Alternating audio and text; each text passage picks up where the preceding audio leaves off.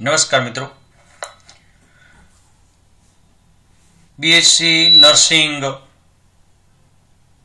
First યરમાં ખૂબ જ અગત્યનો સબ્જેક્ટ અને એ સબ્જેક્ટ છે બાયોકેમિસ્ટ્રી અને ન્યુટ્રિશન.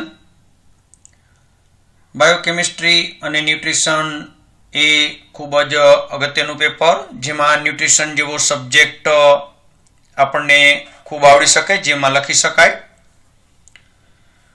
આપણે થોડું વિવરણ ગુજરાતીમાં કરશું, સાથે આપણે ઇંગ્લિશ પણ જોશું કે કેવી રીતે આપણે ઇંગ્લિશમાં આન્સર લખી શકાય. અને આ જે આન્સર છે તે એકોર્ડિંગ ટુ સૌરાષ્ટ્ર યુનિવર્સિટીના પેપર મુજબ આપણે કેવી રીતે લખી શકાય તે મુજબના છે. તો આપણે જોઈએ ન્યુટ્રિશન યુનિટ 1. તો ન્યુટ્રિશન યુનિટ 1માં આપણે જે જોવાનું છે એમાં ખાસ કરીને history concept, role of nutrition in maintaining health, nutritional problem in India, national nutrition policy, factor affecting food and nutrition, role of food and its medicinal value, classification of food, food standard, element of food, micronutrient and macronutrient, and last one is BMR, basal metabolism rate. તો કરીએ starting આપણે થોડી ડેફિનેશનથી. તો અવારનવાર ન્યુટ્રિશનના પેપરમાં definition 10 માર્કની definition એટલે કે એક ડેફિનેશન 2 માર્કની પૂછાતી હોય છે. શરૂ કરીએ હેલ્થની ડેફિનેશનથી. તો હેલ્થની ડેફિનેશન એ ન્યુટ્રિશન, કોમ્યુનિટી હેલ્થ નર્સિંગ અને ફાઉન્ડેશન ઓફ નર્સિંગમાં પણ પૂછાઈ શકે. બધાને ટીપ ઓફ ટંગ હોવી જોઈએ. How to write the definition of the health. Health is a state of complete physical, mental and social well-being and not merely an absence of disease or infirmity. તો આપણે એમનું ગુજરાતી કરવું હોય તો એવી રીતે યાદ રાખી શકીએ કે હેલ્થ એક એવું વિધાન છે કે જેમાં વ્યક્તિ ફિઝિકલી, મેન્ટલી, સોશિયલી સારો હોય એટલું જ પર્યાપ્ત હોતું નથી, પરંતુ તેની સાથે સાથે કોઈ પણ પ્રકારના રોગ કે ડિફોર્મિટી એટલે કે ખોડખાપણ પણ હોવા જોઈએ નહીં. તો કોને આપી વ્યાખ્યા? તો WHO દ્વારા આ વ્યાખ્યા આપવામાં આવી છે. Next, for the 2 marks we must have to define some more. Then we want to define the dimension of health like physical, mental, social and spiritual. તો આ રીતે આપણે હેલ્થની વ્યાખ્યા લખી શકીએ, જેના આપણે 2 માર્ક્સ મેળવી શકીએ. ત્યાર પછી આગળ છે નર્સિંગ. તો ડેફિનેશન ઓફ નર્સિંગ જુદી જુદી દરેક જગ્યાએ ડેફિનેશન નર્સિંગની આપેલી છે, પણ આપણે એટલું જ યાદ રાખવાનું છે nursing is A arts and science. It provide health need to individual, family and society or community. Nursing એક આર્ટ્સ અને સાયન્સ છે જે વ્યક્તિગત, ફેમિલીને, સોસાયટીને અને કોમ્યુનિટીને હેલ્થની સેવાઓ આપે છે. આપણે થોડા હોશિયાર કહેવાય તો આગળ આપણે લખવું પડે. ઇટ ઇઝ ડાયનેમિક, સતત ચેન્જ થતી હોય એવી પ્રક્રિયા છે. કારણ કે જેમ પહેલાં આપણે ગ્લાસ સિરિંજ વાપરતા, હાલમાં આપણે ડિસ્પોઝેબલ સિરિંજ વાપરીએ છીએ. પહેલાં આપણે કોઈ ડિસ્પોઝેબલ બહુ ઓછી વસ્તુ વાપરતા, અત્યારે ઘણી બધી ડિસ્પોઝેબલ વસ્તુ વાપરવા લાગીએ છીએ. તો ધેટ્સ કોલ્ડ ડાયનેમિક. થેરાપ્યુટિક એટલે કે સિમ્પ્ટોમેટિક જે ટ્રીટમેન્ટ આપી એવી ટ્રીટમેન્ટ છે. એન્ડ એજ્યુકેશનલ પ્રોસેસ, અને સાથે સાથે હેલ્થ એજ્યુકેશન આપવાનો એક પ્રોસેસ છે. For preventive, promotive and curative care એટલે કે પ્રિવેન્ટિવ, પ્રમોટિવ અને ક્યુરેટિવ કેર આપવા માટેનો એક હેલ્થ એજ્યુકેશનનો પ્રોસેસ પણ છે. તો આવી નર્સિંગની આપણે વ્યાખ્યા લખી શકાય કે nursing is an arts as well as science to provide health need to individual, family and society. Paragraph પાડીને લખો. It is dynamic, therapeutic and educative process for preventive, promotive and curative care. તો આપણી અહીં definition પૂરી થાય. ત્યાર પછી ન્યુટ્રિશનની definition એકાદ વખત પૂછી છે. તો ન્યુટ્રિશન એટલે શું? તો nutrition is a science of food which leads two relation with the health. એટલે કે ન્યુટ્રિશન એક એવો અભ્યાસશાસ્ત્ર છે કે જે ખોરાકની સાથે સંકળાયેલો છે અને તે હેલ્થને રિલેટેડ છે.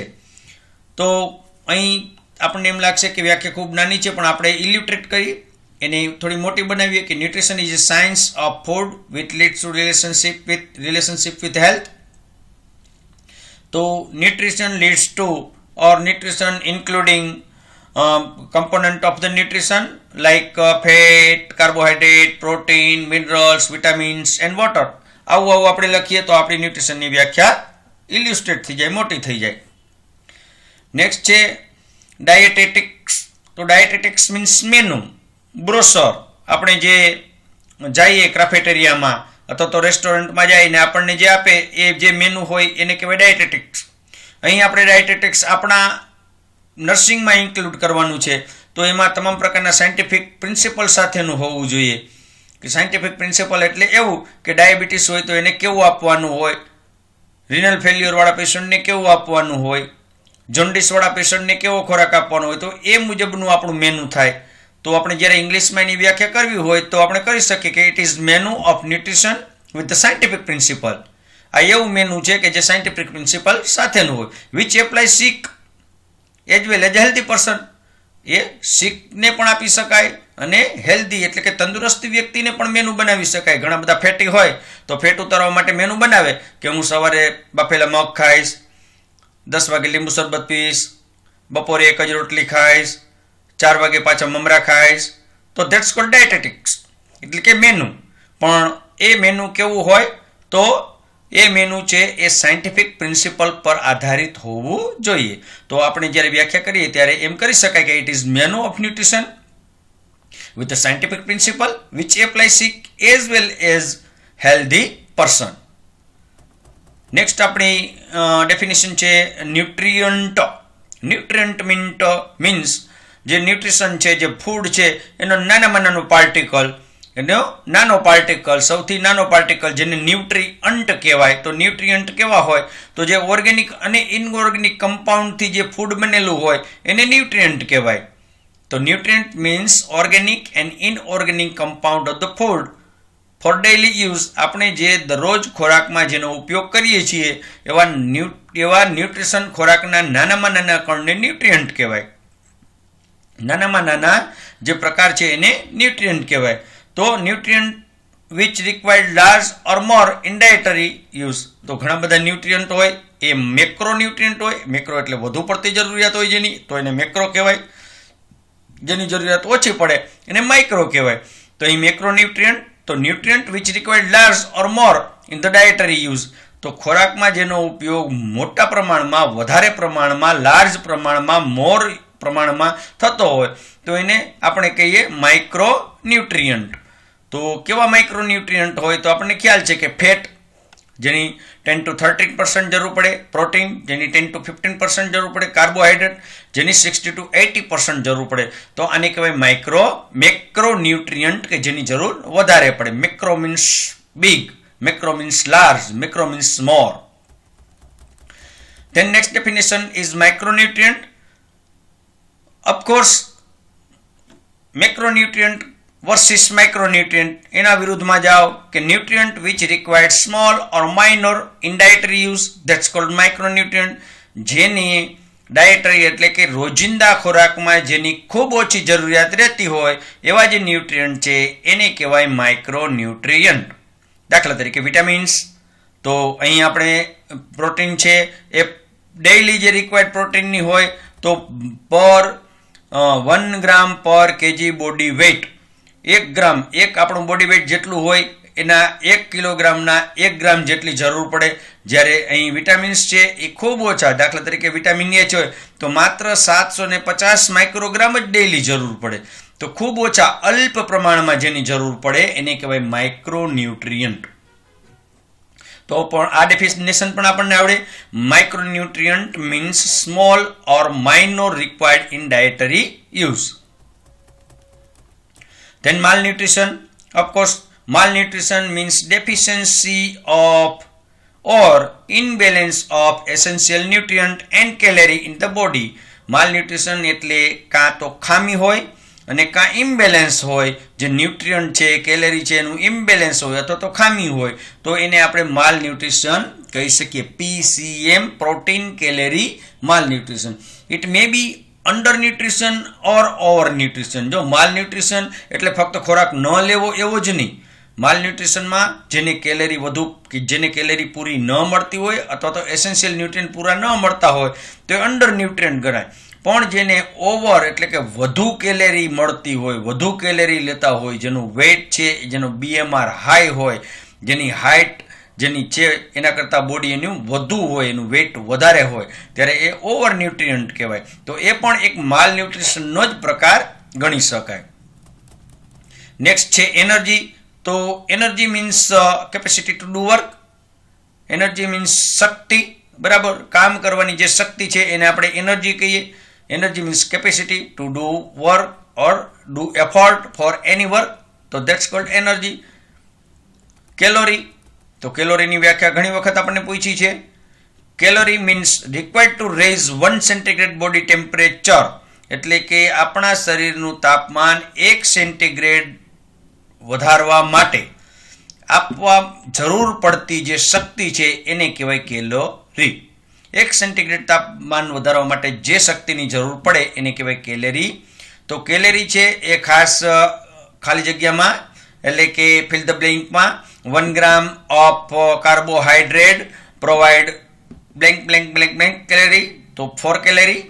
1 gram of protein provide 4 calorie. 1 gram of fat provide 9 calorie. તો આવું પણ આપણે લખવું જોઈએ. તો કેલેરીની વ્યાખ્યા થાય. Calorie means required to raise 1 centigrade body temperature. Then 1 gram CHO provide 4 calorie. 1 gram protein provide 4 calorie લખો તો પણ ચાલે, ખાલી કેલેરી લખો તો પણ ચાલે. 1 gram fat provide 9 calorie. Then metabolism.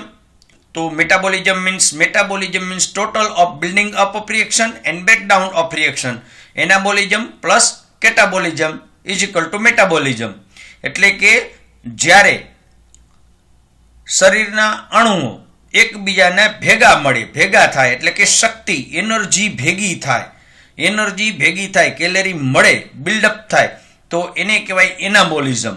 અને જ્યારે આપણે કામ કરીએ, જ્યારે આપણે ખોરાક લઈએ અને કેલેરી આપણને મળે અને કેલેરી ભેગી થાય અને એમાંથી જે એનર્જી બને તો that's called a buildup reaction કહેવાય, એટલે કે એનાબોલિઝમ કહેવાય. પરંતુ જ્યારે આપણે કોઈ પણ કામ કરીએ, જ્યારે આપણે કોઈ પણ શક્તિનો ઉપયોગ કરીએ તો એને બ્રેકડાઉન રિએક્શન કહેવાય, that's called catabolism.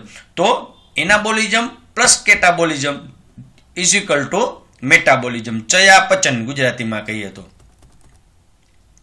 Metabolic rate.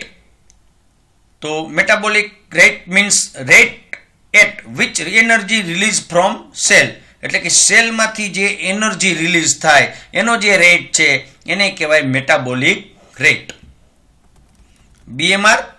BMR is very important. BMR means basal metabolic rate, means energy consumed while the condition of body. It's used by vital organ of body like heart, kidney, liver, lungs, brain. એટલે કે BMR એટલે એવી energy consume થાય કે જ્યારે વ્યક્તિ resting પોઝિશનમાં હોય, જ્યારે વ્યક્તિ આરામમાં હોય ત્યારે પણ આપણું શરીર સતત એનર્જી કન્ઝ્યુમ કરતું હોય, સતત એનર્જી વાપરતું હોય. કેના દ્વારા? તો શરીરના જે વાઇટલ ઓર્ગન્સ છે જેવા heart, kidney, liver, lungs, brain, આ બધા આપણી જે શક્તિ છે, એનર્જી છે એનો સતત ઉપયોગ કરતા હોય.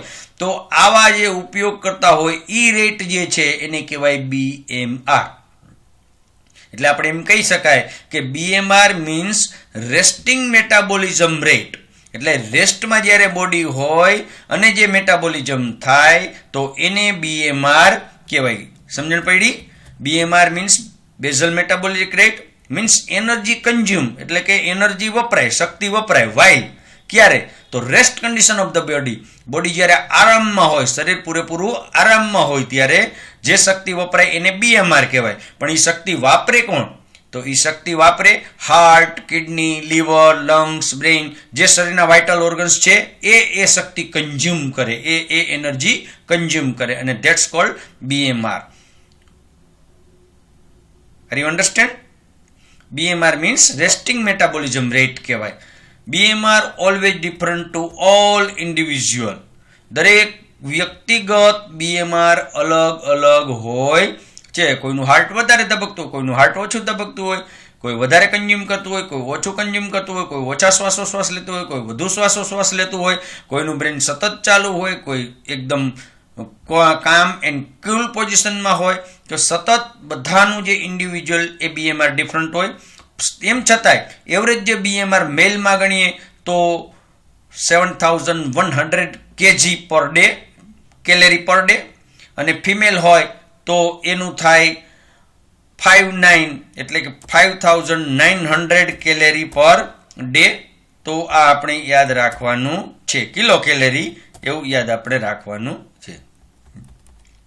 તો આ હતી કેટલીક ડેફિનેશન અને એ ન્યુટ્રિશનની ડેફિનેશન, અને આમાં ઘણી બધી ડેફિનેશન આપણને જે પૂછાય એવી જ ડેફિનેશન આપણે અહીં એમનું ઇલ્યુસ્ટ્રેટ કરેલ છે, એને ડિસ્ક્રાઇબ કરેલ છે. તો તમામ સ્ટુડન્ટ્સ વિડીયો બરાબર જોવે અને પોતાના બીએસસી વાળા કોઈ પણ સ્ટુડન્ટ હોય તો એ જીએનએમ અને બીએસસી બંનેને લાગુ પડતો આ વિડીયો છે. તો બંને સ્ટુડન્ટ જોશે અને એમના મિત્રો સાથે શેર કરશે. આપણે અત્યારે હાલ પૂરતું 1-2 વિડીયોમાં થોડું ગુજરાતીનું વધારે ઉપયોગ કરશું. ધીમે ધીમે આપણે ઇંગ્લિશ પર જાશું. પણ જ્યારે આપણે લખવાનું હોય પેપરમાં ત્યારે 100% ખૂબ સીધા સાદા સિમ્પલ વર્ડ્સમાં ઇંગ્લિશ આપેલ છે. તો અવશ્ય લખજો. ખૂબ ખૂબ આભાર. ધન્યવાદ.